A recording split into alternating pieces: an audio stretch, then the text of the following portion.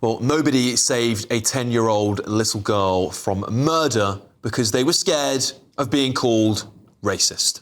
Sara Sharif, the 10-year-old girl forced to wear a hijab, not out of faith, not because the family was particularly religious. Of course, there was an adult woman in the house that didn't wear one, but purely to hide the horrific bruises and burns on her head and face.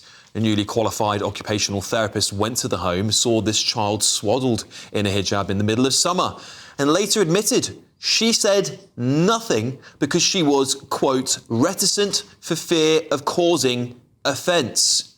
Schools took the family's word for it. Social services nodded along. Neighbours heard screams night after night and did nothing because, in their own words, they were explicitly clear about this, that they were terrified of being labelled racist. Sara could have been saved, but she wasn't, because an entire system, teachers, social workers, police, neighbours, had been told over and over again that to question anything happening behind the doors of an ethnic minority household in itself might be racism. And if you think Sara Sharif is some tragic one-off, let me take you back through the graveyard of other little girls whose lives were sacrificed on exactly the same altar of left-wing ideology and repeated institutionalised failure. Lucy Lowe, just 16, burned alive in Telford, along with her mother and sister, by the Pakistani heritage men who had groomed and impregnated her twice from the age of 14. Victoria Agoglia, 15, injected with heroin and left to die in Manchester after reporting her abusers, men of Pakistani heritage, time and time again, only to be ignored because no one wanted to misinterpret the ethnic pattern. Charlene Downs, 14 years old, vanished in Blackpool.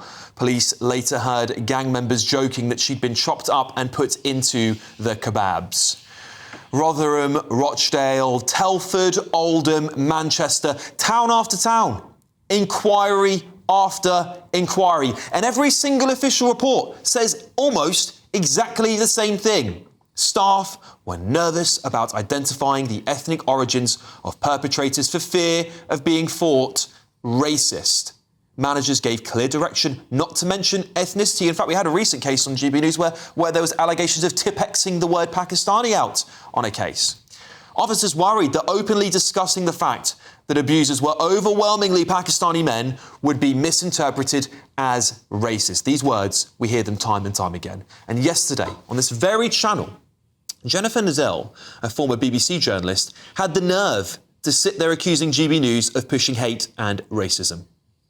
Happened is that newspapers and organisations like yours have created an environment where they're seen as a threat, where racism becomes legitimised, and 50% of the stories about Muslims that are covered in the whole of the UK press are covered by you. You have an anti-Islam bias. Thank goodness that somebody's speaking about these things. But Jennifer, can I just say, no, we don't. It's an absolute nonsense. Can I just say, had the BBC done its job, Jennifer, if you don't, had the BBC done its job and reported the stories that it should be reporting up and down this country, GB News wouldn't exist.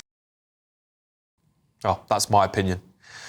We're the ones, I think, telling the truth, while the mainstream media sat on this rape gang scandal for years, compliant, in my opinion, with nodding the heads of not ruffling the feathers of course, talking about ethnicity, religion and other things. Whistleblowers allegedly begging them to run stories time and time again. We're not pushing hate here, we're exposing it. I'm sure the mainstream media do hate us. They hate us because we're doing the job they should have been doing for decades. The obsessive terror of being called racist has stopped police, councils, teachers, neighbours, the establishment media, everyone, all of us, from doing our basic duty to protect innocent children, little girls.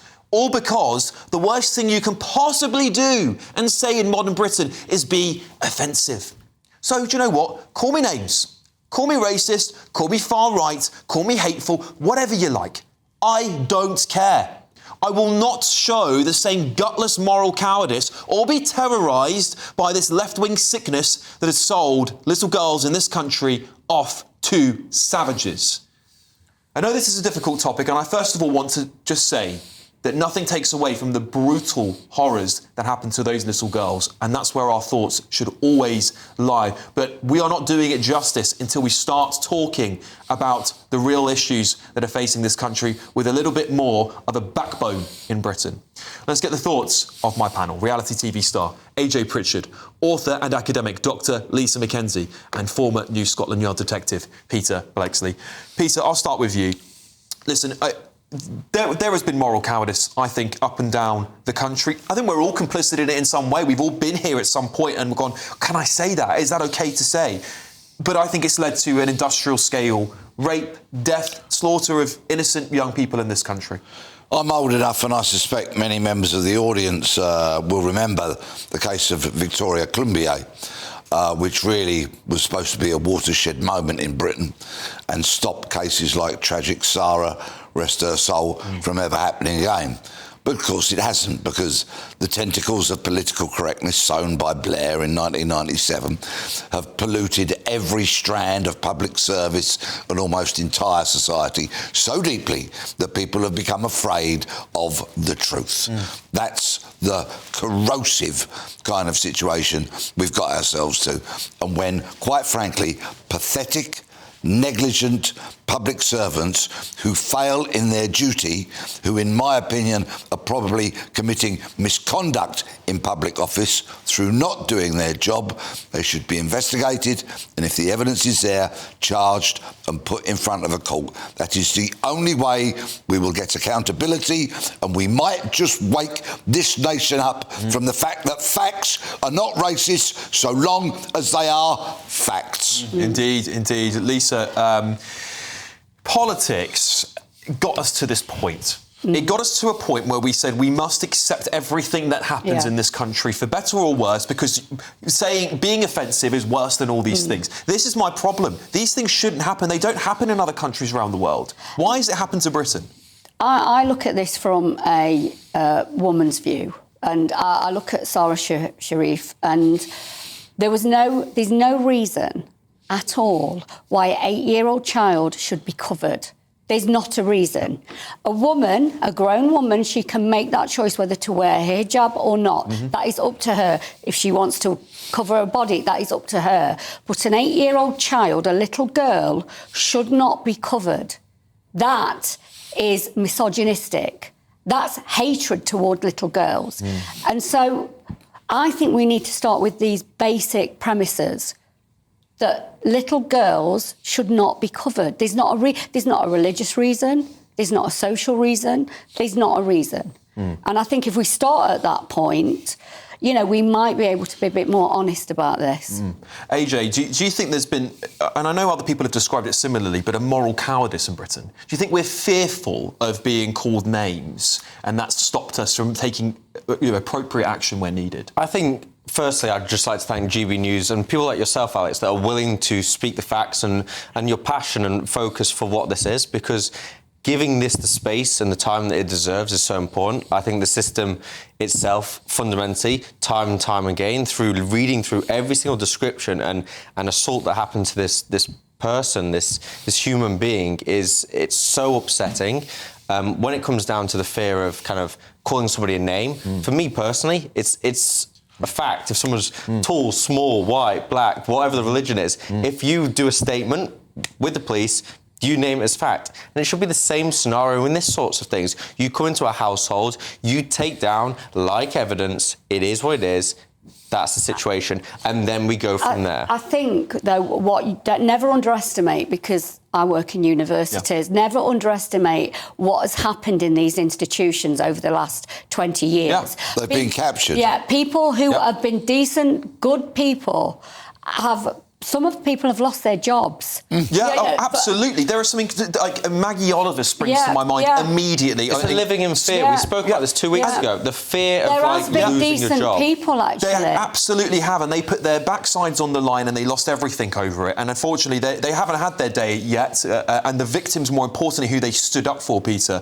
of course, it means something that someone's done something like that. But I think we have suffered our police, our institutions, our politicians have suffered from a moral cowardice. Captured. Yeah. They've been captured Why by... do you think that's happened, Peter? By left-wing ideology, because the tentacles that Blair sowed in 1997 have not been stripped out. The Conservatives had 14 years to do that and wind back and actually conserve something, but they didn't. In fact, they became so liberal themselves that they just poured oil on the fire, and this is where we've got to. It's now so entrenched in the groupthink of public services, whether it be the NHS, policing, and so on and so forth, that it has to be stripped out. Whoever the next government is going to need at least 2 terms to be able to try and tackle this and strip this out and get people back to realising that a fact is not a racist thing, and that if you are an occupational therapist, a social worker,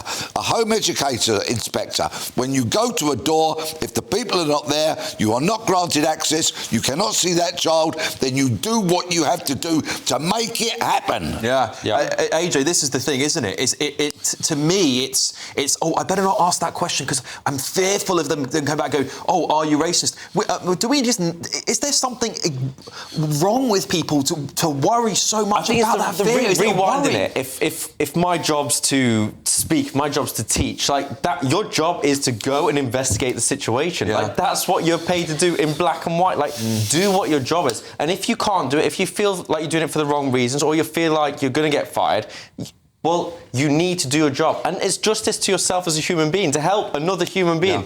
This child should not have died. There's an interesting point. I think there's an interesting point here with the NHS and what's happening at the moment with the Darlington nurses. The NHS are using our money, the money that they are supposed to be using for healthcare, to fight their own nurses because their nurses don't want to get changed in front of a man.